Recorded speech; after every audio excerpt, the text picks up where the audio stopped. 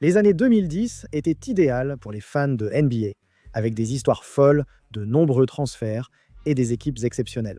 Des équipes de championnes, des champions qui ont réussi à conserver leur titre. Mais qu'est-il arrivé à chacun des champions des années 2010? Comment tout cela s'est-il effondré? Comment sont-ils passés de là où ils étaient à là où ils sont maintenant? Commençons par les champions de 2010, les Lakers de Los Angeles. Après des années difficiles, ils ont eu du mal à passer de l'ère Shaquille O'Neal et Kobe Bryant à celle de Kobe Bryant seul. À la fin des années 2000, les Lakers se sont retrouvés à nouveau en position de prétendant au titre. De loin, le plus grand mouvement qui les a aidés à y parvenir a été l'échange pour le pivot Pau Gasol à la date limite des transferts de 2008. Un mouvement inattendu dans la ligue. Gasol, jeune All-Star intérieur, aurait normalement valu un échange majeur. Il a pourtant été transféré aux Lakers sans que la ligue sache qu'il était disponible, et pour peu en retour. Les complotistes de la ligue pensent toujours qu'il s'agissait d'un accord entre la direction des Grizzlies et les Lakers. Avec l'ajout de Gasol aux côtés de Kobe, Lamar, Odom et Andrew Bynum, les Lakers avaient tout ce dont ils avaient besoin pour viser à nouveau le titre. Sous Phil Jackson, ils ont perdu en 6 matchs contre les Celtics aux playoffs, 2008 quelques mois après l'arrivée de Gasol.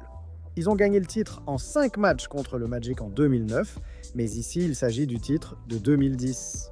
Cette saison-là, ils ont principalement évité la seule chose qui pouvait vraiment les ralentir à l'ouest. Les blessures, hein, car Gasol et Bynum ont tous deux disputé plus de 60 matchs en saison et les 23 des playoffs. Même s'ils avaient perdu un ailier important, Trevor Ariza, lors de l'intersaison précédente, ils ont réussi à faire venir à l'époque Ron Artest pour le remplacer. Le noyau champion comprenait Kobe, Gasol, Bynum, Odom, Artest et Fisher. Un groupe trop grand et talentueux pour être rivalisé par la plupart des équipes de la ligue. Ils sont retournés en finale et ont affronté un adversaire bien connu, les Boston Celtics, la même équipe qui les avait battus en 2008. Et qui avait surtout la réputation d'être une équipe plus dure, plus physique. Après une série difficile de 7 matchs, les Lakers l'ont emporté grâce à un tir crucial à 3 points d'Artest dans un match serré. 7 permet à Kobe de décrocher son 5e et dernier titre, ainsi qu'un nouveau meilleur joueur des finales. Malheureusement pour la franchise, c'était le meilleur moment depuis longtemps.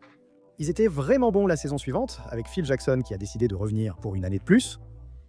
Ils ont ensuite remporté 57 matchs. Malgré quelques soucis de santé pour Bynum, tout s'est effondré au second tour des playoffs, car ils ont été balayés et humiliés par les Dallas Mavericks. C'était la fin d'une ère pour les Lakers. Jackson a pris sa retraite après cette saison et l'équipe a connu une période étrange. La ligue en lockout, la saison a commencé tard. En décembre, les Lakers ont accepté d'échanger Chris Paul des Hornets. Ils envoyaient à la fois Pau Gasol et Lamar Odom pour donner à Kobe l'un des meilleurs arrières de la ligue comme partenaire sur la ligne arrière. Cependant, cet échange a finalement été refusé par la ligue. Malgré une bonne saison, ils ont encore perdu au deuxième tour des playoffs. Lors de l'intersaison 2012, ils ont échangé Bynum et Odom contre Dwight Howard et Steve Nash pour modifier l'effectif. Un véritable désastre qui est désormais considéré comme l'une des pires expériences de super team de tous les temps. Ils ont déçu toute la saison, se sont fait balayer au premier tour des playoffs et ne sont pas retournés en post-saison avant 6 ans. Cette ère des Lakers illustre bien la difficulté de bâtir une dynastie en NBA. Ils ont tenté de poursuivre malgré les changements d'effectifs, blessures et entraîneurs, mais rester compétitif durablement reste très difficile.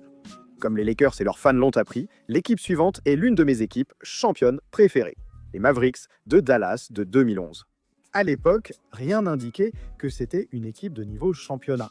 Depuis leur défaite en finale 2006 contre le Heat, les Mavs n'avaient gagné qu'une série de playoffs lors des 4 saisons précédant les playoffs 2011. Ils étaient menés, bien sûr, par Dirk Nowitzki. Il était toujours l'un des meilleurs intérieurs de la ligue, mais il avait aussi 32 ans et un parcours en dents de scie en ce qui concerne les performances de son équipe en playoffs. Et quand on regarde l'effectif de cette équipe, c'était un groupe vieillissant et étrange autour de Dirk. Ils avaient Jason Terry, 33 ans, Sean Marion, 32 ans, Jason Kidd, 37 ans, avec quelques jeunes comme JJ Barea et Tyson Chandler dans le lot. Mais encore une fois, on n'attendait pas de cette équipe qu'elle gagne un titre, mais l'ajout de Chandler a été un élément majeur dans tout ça. Et sans lui, honnêtement, je ne pense pas qu'ils auraient remporté le titre en 2011. En 2009, Chandler devait être échangé de la Nouvelle-Orléans à Oklahoma City. Mais il a échoué à la visite médicale à cause d'une blessure, ce qui a annulé l'échange. Il a été transféré chez les Bobcats à l'intersaison, puis en 2010, ils l'ont laissé partir pour presque rien. À Dallas, il est devenu un des meilleurs défenseurs de la ligue. Un complément parfait pour protéger le cercle et prendre des rebonds aux côtés de Dirk dans la raquette. Il n'aurait sans doute jamais rejoint l'équipe sans cette suite d'événements. Ils sont entrés en play-off 2011 comme 3e tête de série. Mais les Spurs et les Lakers étaient alors vus comme les vraies équipes de championnat, bien supérieures. Ils ont battu Portland en 6 matchs au premier tour et balayé les Lakers au deuxième, ce qui fut un énorme choc. Ils ont battu le Thunder en 5 matchs en finale de conférence, puis ont affronté leur plus grand défi, les Heatles de LeBron, Wade et Bosh lors de leur première année en finale.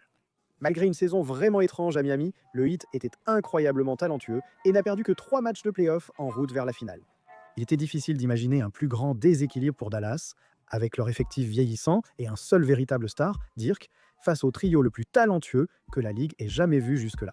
Dirk et les Mavs ont été incroyables durant les playoffs et en finale. Le Heat n'avait aucune réponse contre Dirk. La capacité des joueurs de complément à marquer au bon moment et leur excellente défense avec Chandler et Marion. Ils ont aussi poussé LeBron à sa pire performance en finale. Il a laissé un gars comme JJ Barea de toutes les personnes le museler en finale. Dirk a marqué en moyenne 26 points par match en finale, concluant des playoffs remarquables pour décrocher son premier titre. L'un des parcours vers le titre les plus mémorables et improbables de l'histoire de la Ligue. Ce sera la dernière victoire en playoff des Mavs pour la décennie suivante. Ils ont perdu des joueurs clés à l'intersaison suivante, dont Tyson Chandler, pilier du titre. Ils ne se sont jamais remis de cette intersaison, leur défense s'étant totalement effondrée. Avec le vieillissement de Dirk, l'équipe a fait quelques bonnes saisons. Dirk était resté performant, mais la transition vers une nouvelle ère a commencé à sa retraite en 2019. Et honnêtement, ils n'ont vraiment rien fait de mal pour perdre leur équipe de champions, à part laisser partir Chandler en 2011. Honnêtement, il était impossible qu'ils recréent la magie vécue durant ces playoffs. En évoquant ces équipes du Heat, il faut mentionner le Miami Heat, champion en 2012 et 2013. Ils étaient évidemment menés par LeBron, Wade et Bosh après leur signature pendant l'intersaison 2010. Mais comme nous venons de le dire, cette première saison ne s'est pas déroulée comme prévu. Pour une équipe si talentueuse, seul le titre comptait, et cette finale étrange a rendu la saison 2011-2012 très stressante. À l'époque, on pensait qu'en cas de nouvelle déception, l'équipe changerait beaucoup, probablement en échangeant Chris Bosh et en séparant le Big Three. Après seulement 2 saisons où ils n'ont apporté aucun changement significatif pendant l'intersaison. Ils misaient sur une année de plus ensemble et une meilleure alchimie pour atteindre le sommet. Et il avait raison. Ils ont gagné 46 matchs lors de la saison 2011-2012, raccourcie par le lockout, et sont entrés en série éliminatoire, comme deuxième tête de série à l'Est, derrière les Chicago Bulls. Ils ont eu des difficultés face aux Pacers au deuxième tour, leur principal rival à l'Est à l'époque. Les Bulls ne restaient pas en bonne santé pendant les playoffs. Ils ont battu les Pacers en 6 matchs, puis ont affronté leur plus grand défi de toute la saison en finale de conférence, les Boston Celtics. L'équipe était alors vieillissante, mais expérimentée et très dure. Mené 3-2, LeBron a refusé de laisser son équipe perdre la série. Il a marqué 45 points à l'extérieur au 6e match et assuré la qualification du Heat en finale au 7e. Les attendait la deuxième tête de série à l'Ouest, le jeune Thunder d'Oklahoma City, porté par 3 futurs meilleurs joueurs, Kevin Durant, Russell Westbrook et James Harden. Même si la série n'a duré que 5 matchs, elle était plus serrée qu'on ne s'en souvient, surtout au début. Mais au final, le Thunder n'a pas pu surmonter son manque d'expérience, et LeBron a finalement remporté son premier titre de champion NBA. Avant la saison suivante, le Heat était favori et n'a pas déçu en saison régulière. Ils ont gagné 66 matchs, dont 27 victoires consécutives, la deuxième plus longue série de la NBA.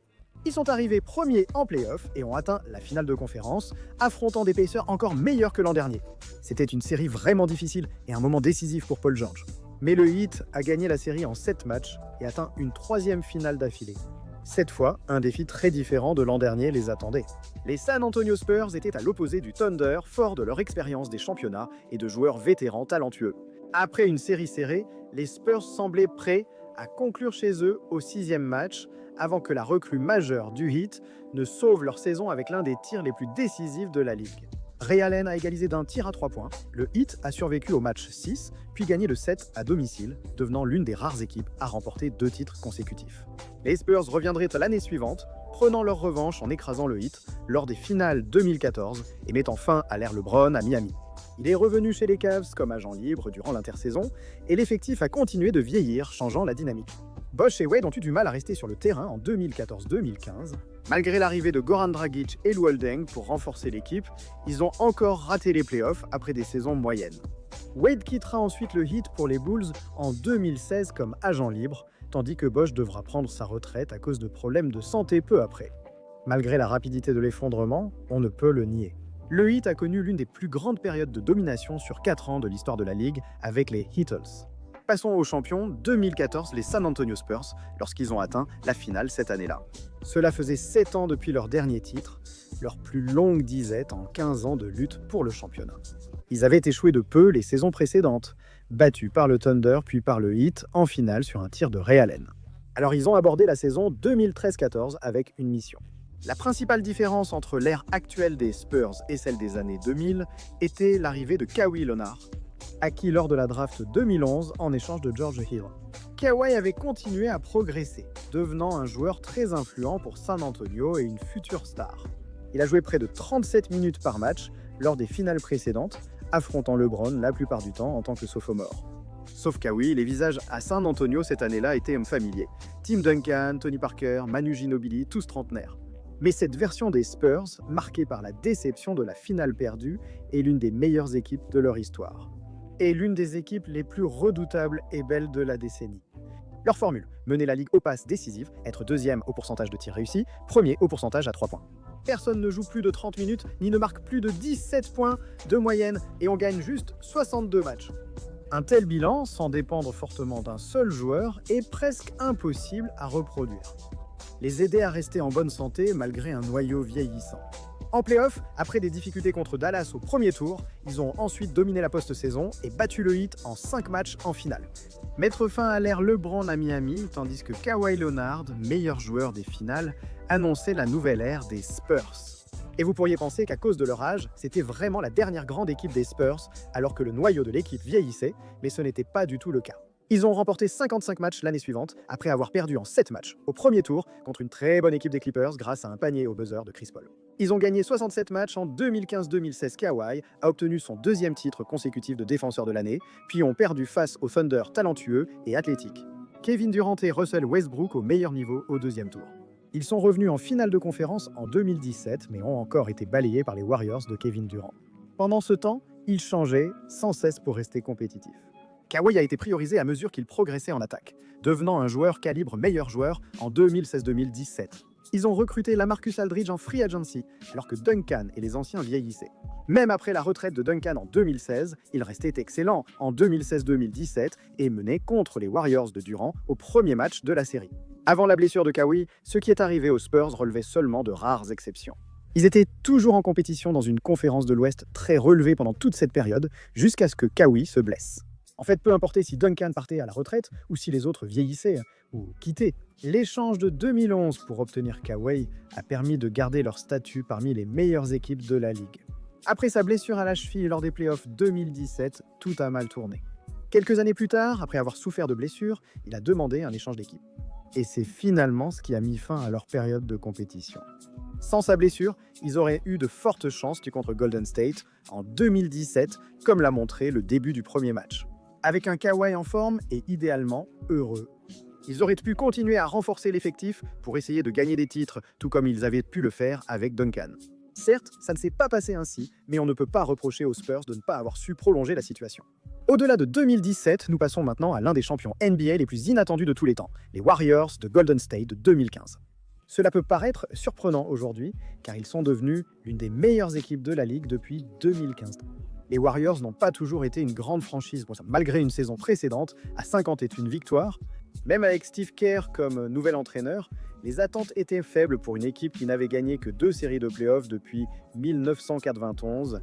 Ils étaient menés par Steph Curry et Klay Thompson, un duo consolidé sous l'ancien coach Mark Jackson. Des changements majeurs ont permis à l'équipe de gagner 67 matchs lors de la première saison de Steve Kerr comme entraîneur principal en 2014-2015. Draymond Green est devenu l'encre défensive de l'équipe en remplaçant David Lee blessé comme titulaire. Il est vite apparu qu'il serait précieux dans ce rôle. Ils ont mis André Iguodala sur le banc, ce qui a mis en valeur ses talents de meneur et scoreur avec la 2e unité. Grâce aux excellentes saisons de Steph, Klay et de plusieurs vétérans, les Warriors ont fini avec le meilleur bilan de la ligue. Curry a ainsi décroché le titre de meilleur joueur. L'équipe s'est imposée comme l'une des plus dominantes, avec la 2e meilleure attaque et la meilleure défense de la ligue. Mais en abordant les playoffs, il y avait encore beaucoup de scepticisme quant au fait qu'une soi-disant équipe de tireurs pouvait réellement remporter un titre. Ils ont éliminé les Pelicans au premier tour, remonté face aux Grizzlies pour gagner en 6 matchs, puis battu les Rockets en 5 matchs pour atteindre leur première finale depuis 1975 par les fois. Les Cavaliers attendaient LeBron, arrivé à l'intersaison 2014. Aux côtés de Kyrie Irving et Kevin Love, ils formaient l'une des meilleures équipes cette saison, mais Love et Irving se sont blessés pendant les playoffs. Malgré une lutte acharnée en 6 matchs, ils n'ont pas vaincu les Warriors, qui allaient remporter le titre de 2015 et se préparer à apparaître à toutes les finales NBA pour le reste de la décennie. En ce qui concerne la façon dont cette équipe en particulier s'est effondrée, sans trop empiéter sur les sections à venir, cela s'est essentiellement résumé à leurs propres décisions.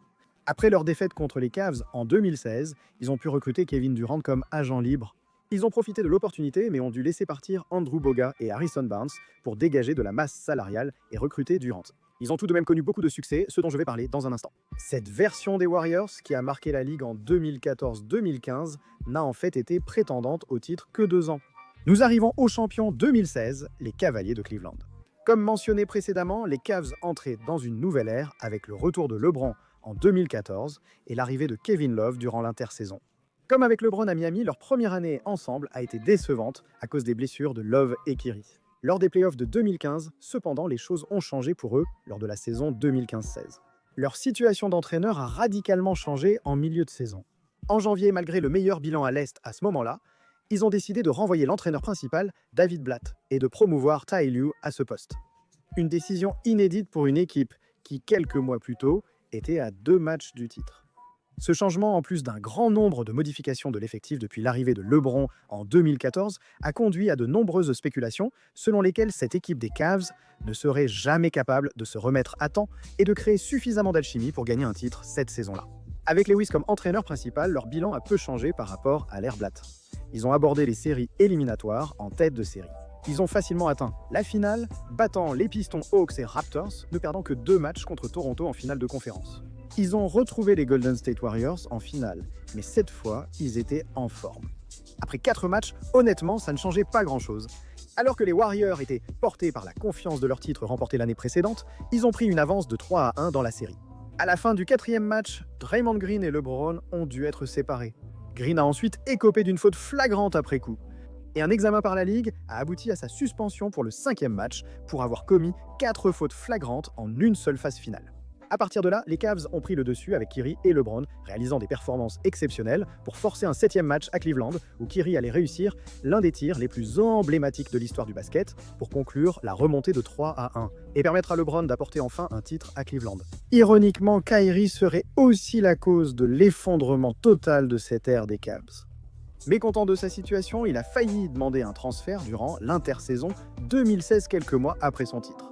Après la défaite contre les Warriors en finale 2017, Kyrie a demandé un transfert et a été échangé aux Celtics contre Isaiah Thomas, alors blessé, et d'autres éléments. Ce transfert a quasiment détruit les chances des Cavs de gagner un titre. Ils ont tout donné en 2017-2018 et sont revenus en finale en 2018. Mais après avoir perdu une fois de plus, LeBron est parti chez les Lakers lors de l'intersaison 2018 et après tout ça, leur équipe de champions était dissoute. Les motifs de départ de Kyrie des Cavs, au-delà d'un simple mécontentement. Il ne voulait ni jouer avec LeBron, ni rester à Cleveland, préférant choisir sa prochaine équipe. Ça n'a jamais vraiment eu de sens de demander un transfert aussi rapidement après avoir gagné un titre. Cette équipe de 2017, malgré la défaite en finale, était sans doute la meilleure équipe des Cavs de cette époque. Seuls les Warriors pouvaient vraiment les arrêter. La demande de transfert de Kyrie a déclenché des événements qui ont mis fin à l'ère du basket des Cavs. Ce qui signifie bien sûr qu'il est temps de parler de la seule équipe que les Cavs n'ont jamais pu battre, les Warriors de Golden State de 2017 et 2018. Après une défaite embarrassante contre Cleveland en 2016, les Warriors ont bouleversé leur effectif de manière spectaculaire en ajoutant Kevin Durant comme agent libre à une équipe qui venait de remporter 73 matchs, un record absolu en NBA. Bien que Durant ait été et soit toujours moqué pour avoir pris cette décision en rejoignant une équipe record contre laquelle il venait aussi de perdre une avance de 3-1 lors des derniers du play-off. Cela a sans aucun doute fait d'eux l'équipe la plus redoutable de la Ligue. Et cette saison-là, ils allaient s'imposer comme peut-être la meilleure équipe NBA de tous les temps. Ajoutez Kevin Durant au tir que cette équipe possédait. Avec Draymond en défense, d'excellents joueurs autour, et devoir stopper Steph et Kevin Durant ensemble, c'était tout simplement injuste. Le vrai défi pour les équipes de 2017 ou 2018 venait surtout des Spurs de Kawhi, qui dominaient le premier match de 2017 avant la blessure de ce dernier. Les Houston Rockets de James Harden menaient 3-2 contre les Warriors en 2018 avant de s'effondrer, ratant près de 30 tirs à 3 points consécutifs Même si ces deux équipes, surtout les Rockets, ont prouvé que les Warriors étaient imbattables, la marge d'erreur restait très faible. Face à une équipe talentueuse, ils ont montré leur domination en 2017 en balayant leurs rivaux jusqu'en finale et ne perdant qu'un match ensuite.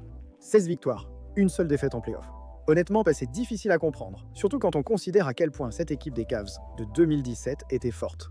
Ensuite, avec le transfert de Kyrie Irving pendant l'intersaison 2017, les Cavs, leur principale concurrence était bien moins forte la saison suivante. Ils ont eu quelques soucis avec les Rockets, mais ont fini les playoffs avec 16 victoires et 5 défaites, puis ont balayé les Cavs en finale. La situation se tendait à Golden State. Malgré son succès, Durant n'a jamais senti recevoir de crédit pour ses titres avec Golden State, à cause du niveau exceptionnel de l'équipe. À son arrivée, sa relation avec Draymond Green s'est détériorée. La saison suivante, 18-19 et il restait très bon, mais les fissures apparaissaient. Lors des playoffs 2019, les rumeurs sur le départ de Kevin Durant en tant qu'agent libre avaient fortement augmenté, annonçant des séries éliminatoires difficiles pour l'équipe. Ils ont subi de nombreuses blessures chez des joueurs clés. Clay, Curry et Durant ont tous rencontré des problèmes pendant les playoffs 2019. Et oui, ils ont quand même réussi à atteindre la finale, bien sûr, tout simplement parce qu'ils étaient encore tellement talentueux.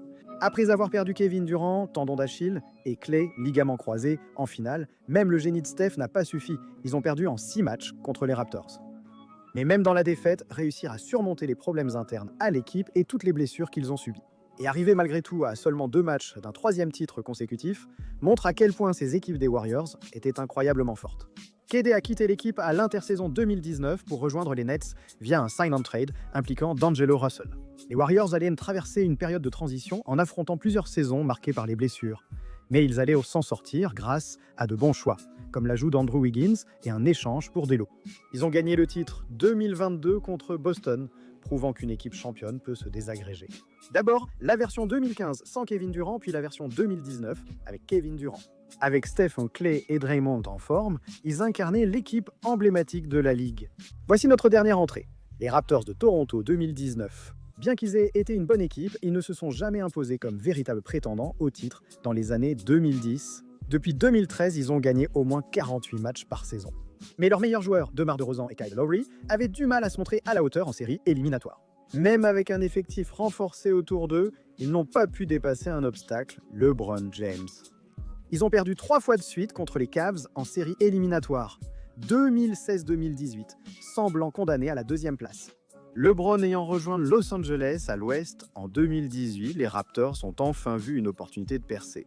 Mais certaines menaces subsistaient. Les Sixers étaient prêts à se battre derrière. Joel Embiid et Giannis étaient vus comme des candidats meilleurs joueurs à Milwaukee, au même niveau que les Raptors lors du départ de LeBron. En conséquence, ils ont fait quelque chose qui arrive rarement en NBA. Un échange à l'intersaison 2018 leur a permis de devenir champions. Ils ont échangé DeMar DeRozan, Jakob Poeltl et un choix de premier tour contre Kawhi Leonard et Danny Green dans un échange très risqué. Kawhi, alors blessé, avait demandé un échange aux Spurs et allait devenir agent libre à l'intersaison 2019. Si cela tournait mal, les Raptors deviendraient une équipe moyenne à l'Est, ayant perdu des atouts précieux pour presque rien. Mais si cela se passait bien, ils pourraient enfin percer et remporter un titre. Kawhi s'est rétabli, est devenu un des meilleurs de la ligue et les Raptors se sont adaptés autour de lui, réussissant une superbe série en play-off. Victoire spectaculaire avec un panier décisif de Kawhi contre les Sixers au match 7, puis remonté après un déficit de 2-0 face aux Bucks en finale de conférence. Avant de battre les Warriors, déjà handicapés par de nombreuses blessures, comme indiqué précédemment. Mais ils ont ensuite remporté leur premier titre, un grand moment pour l'équipe. Mais très vite, ils ont pensé à l'intersaison, où Kawhi était annoncé partant pour Los Angeles en tant qu'agent libre. Finalement, malgré le fait d'avoir sérieusement envisagé un retour à Toronto, Kawhi a signé avec les Clippers. Les Raptors ont perdu leur meilleur joueur et tout espoir de titre. Ils sont restés une bonne équipe et se sont imposés parmi les meilleures organisations de la Ligue. Ils n'ont jamais pu surmonter la perte de Kawhi, c'est impossible. Voici ce qui est arrivé à chaque champion NBA des années 2010.